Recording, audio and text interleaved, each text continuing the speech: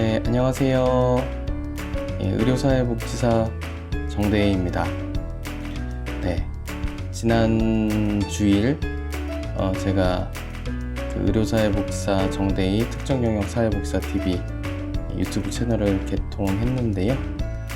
많은 분들께서 관심 가져주시고 구독해주시고 좋아요 눌러주시고 또 댓글까지 남겨주셔서 정말 감사드립니다. 지난 한 주간 여러가지 제가 소속된 기관에서 바쁜 업무들이 있었지만 주말을 활용해서 또 이렇게 다른 컨텐츠를 빨리 준비해서 찾아뵈야 되겠다라는 설레이는 마음이 계속 들어서요. 빨리 또 컨텐츠를 하나 준비해 봤습니다. 오늘 찾아뵐 컨텐츠는 진로상담실 의특가조로 찾아뵈려고 합니다. 제 첫 번째로는 진로상담실에서 첫 번째로 다루고자 하는 부분은 아무래도 의료사회복지사가 되려면 어떤 준비를 해야 되는지에 대한 질문들을 많이 하고 계시거든요. 그 궁금증을 좀 해소시켜 드리기 위해서 의료사회복지사를 준비하는 이들을 위한 체크리스트 7을 준비해 봤습니다.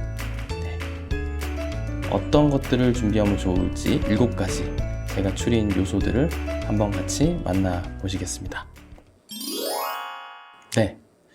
네, 정말 많은 분들이 제가 운영해온 페이스북의 의료사회복지사 정대희 페이지에 궁금한 점들을 물어오시는데요. 의료사회복지사가 되려면 어떻게 하나요? 어떤 스펙을 갖춰야 되나요? 이런 질문들을 상당히 많이 해 오십니다. 여러분들께서 질문해 오시는 부분들의 공통적인 부분들을 추려서 제가 준비를 하기 위해서 어떤 것들을 체크하면 좋을지 7가지 요소를 한번 준비해 봤습니다. 한번 같이 살펴보겠습니다. 일단 의료사회복지사가 되려면 의료사회복지사가 어떤 직업인지 어떤 직군인지 한번 이해하는 게 좀 중요할 텐데요. 첫 번째로 일단 의료사회복지사는 의료기관에 근무하는 의료기관이라는 2차 세팅에서 근무하는 사회복지사를 의미합니다. 네. 그리고 현재까지는 의료사회복지사는 민간 자격으로 대한의료사회복지사협회와 한국사회복지사협회가 공동 주관해서 발급하는 민간 자격증으로 발급이 되는데요. 이 자격을 갖추기 위해서는 우선은 수련 과정에 들어가야 됩니다.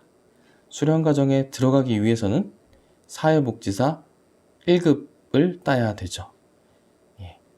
1급을 가진 분이 임상 수련에 합격을 해서 수련을 1년간 마치면 시험 볼 자격이 주어지게 되고요.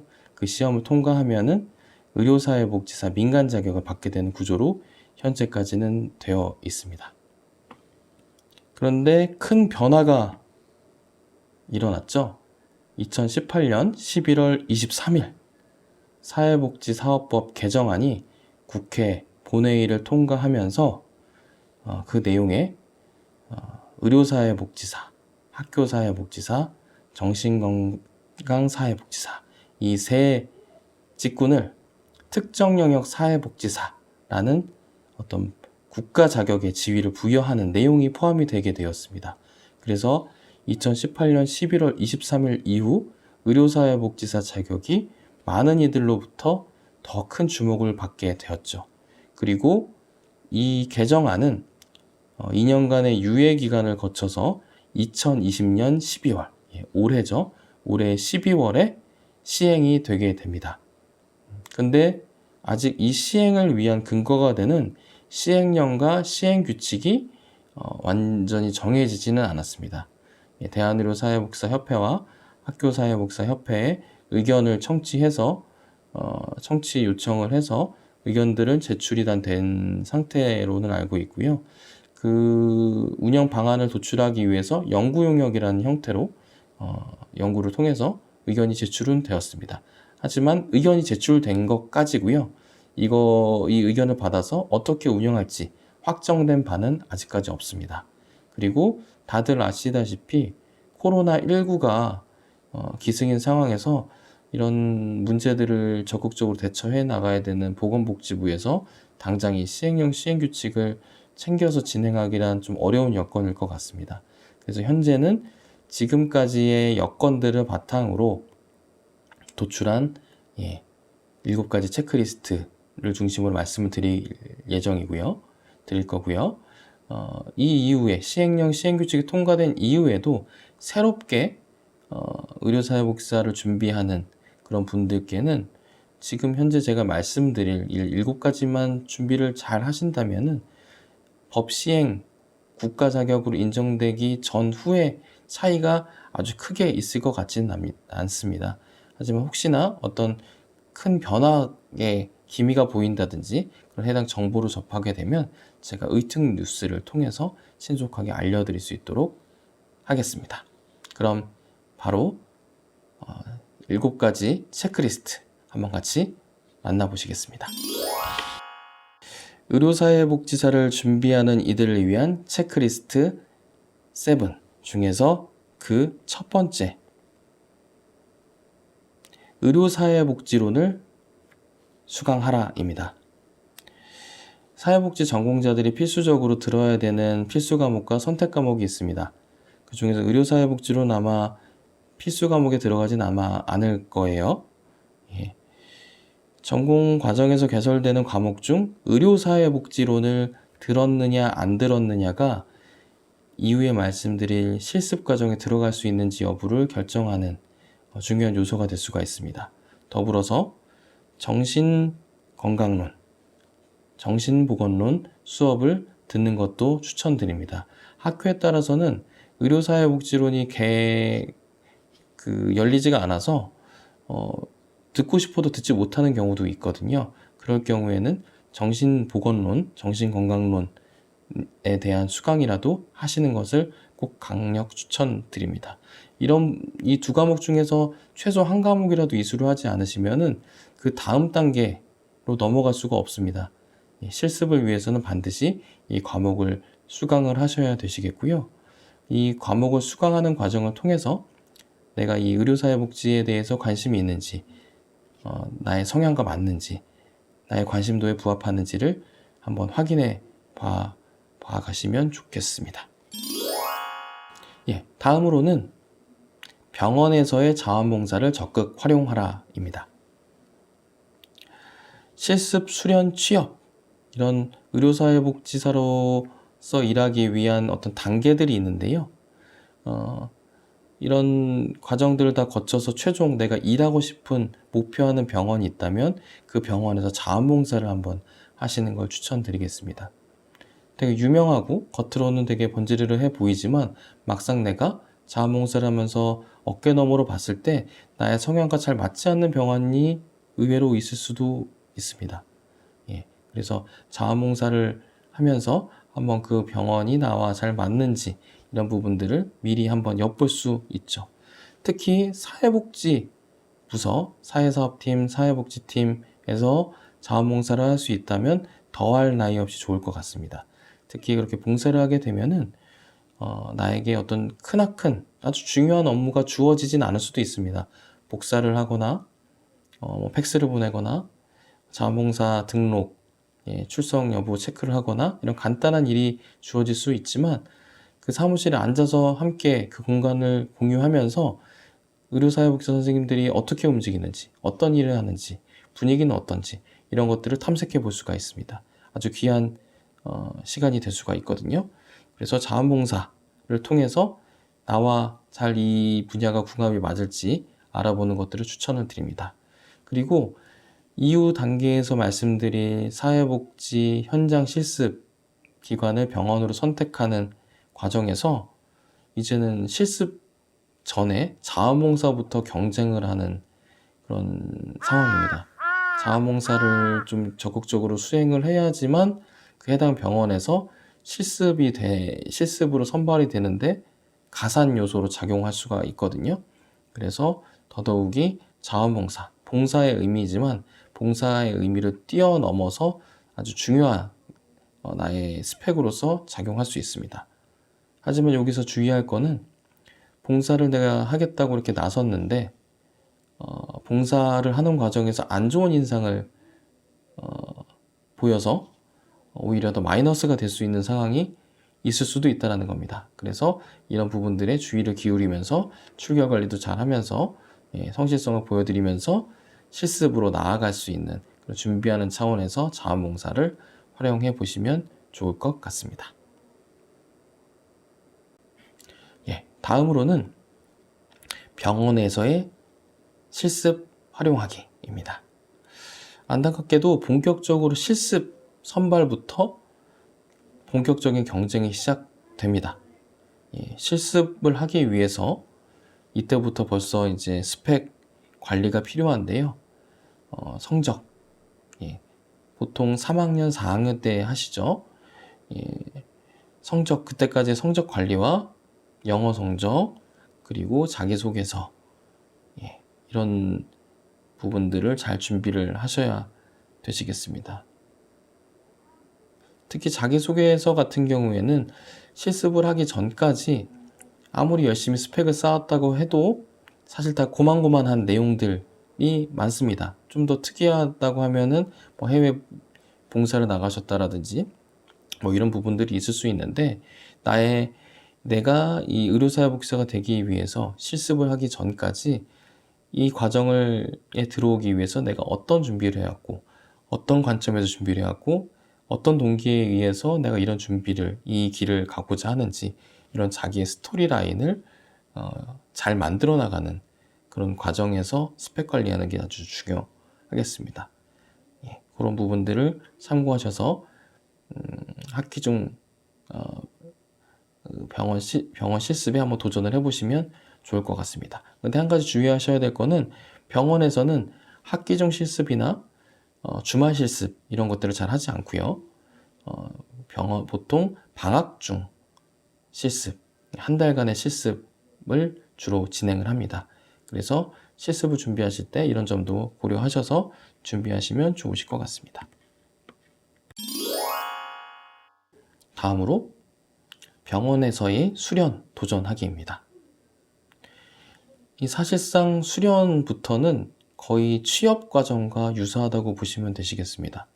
거의 최저시급에 준해서 그 급여는 보통 받게 되고요. 이때부터는 영어 성적, 특히 대학병원일수록 영어 성적은 반드시 준비하셔야 되시고, 대학 성적, 자소서, 그간 어떤 준비를 해왔는지, 나의 특장점을 잘 어필할 수 있는 자소서를 잘 쓰는 것들이 중요합니다. 같은 스펙을 쌓았더라도 이 부분을 어떻게 잘 풀어내는지, 이런 것들이 되게 중요하거든요. 이런 부분들을 감안하셔서 수련하기 준비하시면 좋을 텐데요. 수련을 하기 위해서는 앞서 말씀드렸던 의료사회복지론 수강과 자원봉사, 실습, 이 세 가지 과정이 클리어가 되어 있을 때 수련에 들어갈 수 있는 확률이 높아집니다. 그래서 이 단계, 지금까지 말씀드린 이 네 단계를 차근차근 밟아 나가시는 게 의료사회복지사로 한 걸음을 내디딜 수 있는데 아주 큰 도움이 될 수 있습니다. 그리고 한 가지 또 여기서 말씀드릴 거는, 실습 모집과 수련 모집은 모두 대한의료사회복지사 홈페이지 상에 모집 공고가 보통 올라옵니다. 그런 모집 공고를 유의 깊게 보고 계시다가 나왔을 때 도전을 해보시면 좋으실 것 같습니다. 다섯 번째, 영어, 성적, 자소서 잘 준비하기입니다. 앞서서 이미 실습과 수련 준비하는 과정을 통해서 언급을 드렸지만, 대학병원에서, 큰 기관에서 실습 및 수련을 경험하려면은 영어 성적은 필수입니다. 이제 대학병원에서 사무직으로 입사하기 위한 영어 성적을 제출하는 수준들을 보면요, 900점들을 다 훌쩍 넘어갑니다. 다만 사회복지사분들 같은 경우에는 이런 나머지 직종만큼 영어 성적을 아주 집중적으로 준비를 대부분 잘 안 하시기 때문에 아직까지는 800점 중후반까지만 맞으셔도 영어 성적으로 인해서 서류에서 탈락하는 그런 불상사는 겪지 않으실 수도 있습니다. 하지만 영어 성적은 그냥 서류 선에서 보통 작용을 하는데요. 그 서류 문턱을 통과하지 못하면 나의 능력과 나의 매력을 어필할 수 있는 그런 기회 자체가 주어지지 않기 때문에 영어는 그냥 기본으로 생각을 하셔야 되시겠습니다. 그리고 실제로 요즘에는 의료 현장에서 우리나라 대한민국 의료가 상당한 수준으로 발전을 해 있기 때문에 외국에서 오는 환자분들이 많습니다. 그래서 실제로 영어를 사용해야 될 가능성도 있죠. 그래서 여러모로 영어를 준비하는 부분들 되게 소홀하게 생각하실 수 있지만 영어 성적 준비하는 것 꼭 미리부터 준비하시면 좋겠습니다. 그리고 대학 성적 관리하는 부분 아무래도 뭐 다다익선입니다. 좋으면 좋을수록 좋습니다. 잘 관리를 미리부터 좀 하시면 좋겠고요. 자소서는 아까도 말씀드렸지만 내가 의료사회복지사를 꿈꾸게 된 이유, 그 꿈을 실현시키기 위해서 내가 차근차근 어떠한 준비들을 해왔는지를 잘 설명하는 것 너무나 중요합니다. 네. 이 준비들이 실습, 수련, 취업 과정에서 이 세 가지 관문들을 모두 다 관통해서 중요한 요소들이거든요. 물론 현장에 발을 딛고 일을 하기 시작하면은 이 부분들은 생각보다 중요해지지 않을 수도 있겠지만 거기에 들어가기까지는 이 세 가지 요소가 너무나도 중요합니다. 미리미리 인지하시고 잘 준비하셨으면 좋겠습니다. 네. 다음으로 의료사회복지사 자격 취득하기입니다. 수련까지 무사히 오셨다면 거의 뭐 7부 능선, 8부 능선까지 오신 건데요. 지금 현재 구조로는 수련생이 사회복지사 1급을 취득한 수련생이 이 과정 1년의 의료사회복지사 수련 과정을 마치게 되면요.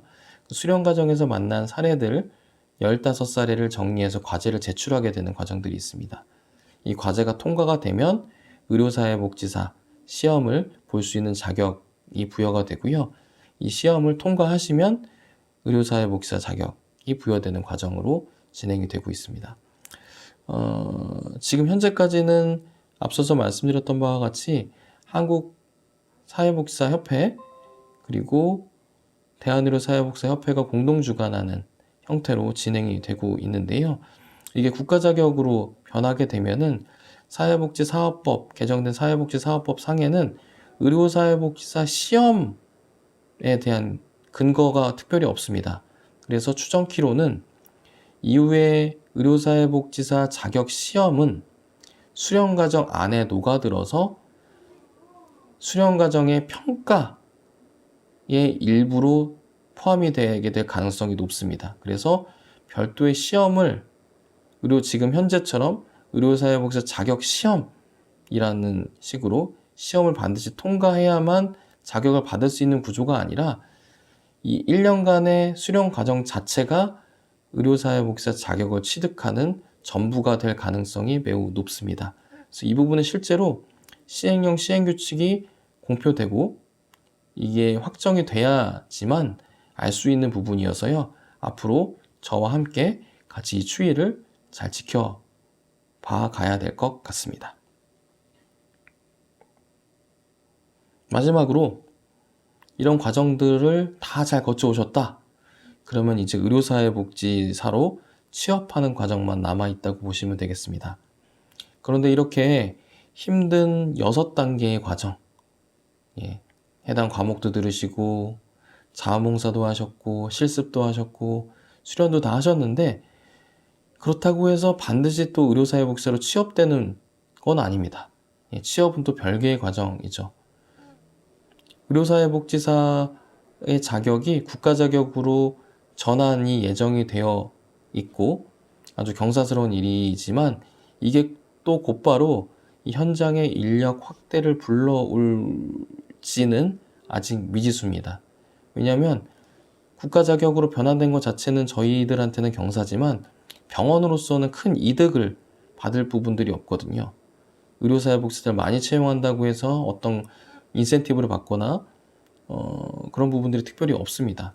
이런 제도적인 뒷받침들이 기재들이 마련이 됐을 때 이제 촉발이 돼서 의료사회복지사 일자리가 확 늘어나는 과정이 어느 순간에 있을 거라고 예측이 되지만 아직까지 당장 기대하기는 좀 어려울 것 같습니다. 그래서 앞선 모든 과정들을 다 하셨다고 해서 뭐 100% 의료사회복지사로 취업한다라는 보장을 하기는 어렵습니다. 하지만 분명 기회는 있을 것이라고 생각을 합니다.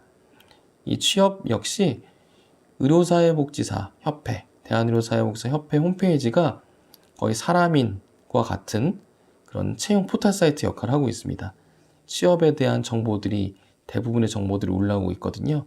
이 부분들을 계속 예의주시해 가면서 보시면서 의료사회복지사로 현장에 발을 내딛는 그런 과정들을 대비해 나가시기를 바라겠습니다. 정말 마지막으로 우리가 점검해야 될 부분들이 있습니다. 이 부분은 사실 제일 첫 번째 단계에서 말씀을 드려야 되는 부분인데 제가 일부러 뒤로 뺐습니다. 앞선 모든 과정들을 준비하는 것도 되게 중요하지만 나 자신의 성향을 잘 살펴보는 것들이 무엇보다 제일 중요한데요. 내가 타인에게 얼마나 관심이 있는가, 나의 성향은 어떠한가, 이런 부분들을 꼭 살펴보시면 좋겠습니다.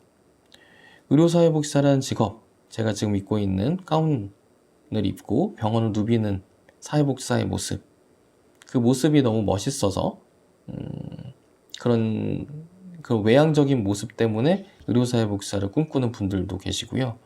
사회복지사분들 중에서는 상대적으로 그런 처우를 잘 받는 그런 부분들의 매력을 느껴서 의료사회복지사를 하고 싶어하는 분들도 계십니다. 뭐 그런 게 절대 나쁘다라는 건 아닙니다. 하지만 내가 타인을 얼마나 타인의 어려움과 요구를 파악하는 과정들을 즐겁게 하는지, 이런 부분들은 타인에게 관심이 없으면 절대 지속적으로 이어갈 수가 없는 부분이거든요. 그런 겉모습 부분만 보고 일을 하게 되면은 이 일을 지속적으로 해나가기란 너무나 어렵습니다. 이런 다른 사람 돌보는 과정들을 매번 부딪히는 과정에서 나의 미천은 금방 드러날 수밖에 없거든요. 그래서 내가 진정 타인에 대한 관심이 많고 이 타인을 지속적으로 돕기 위한 마음의 준비가 잘 되어 있는 사람인가, 이런 부분들을 꼭 점검하고 의료사회복지사에 도전하시기를 바라겠습니다. 네, 여기까지가 제가 준비한 체크리스트 7가지 플러스 알파를 말씀을 드렸고요. 이 외에도 더 궁금하신 부분이 있다면 언제든 의특TV 의특TV 채널에 댓글을 남겨주시거나 아니면 페이스북에 의료사회복지사 정대희 페이지에 메시지나 댓글을 남겨주시면 제가 성심성의껏 답변을 드리도록 하겠습니다. 지금까지 진로상담실 의특가족, 의료사회복지사 자격 준비를 하는 이들을 위한 체크리스트 7 함께 알아봤습니다. 체크리스트 7 내용과 어떤 이런 부분들이 마음에 드셨다면 좋아요, 구독 부탁드리고요. 다음에 더 좋은 컨텐츠로 찾아뵙도록 하겠습니다. 안녕히 계십시오.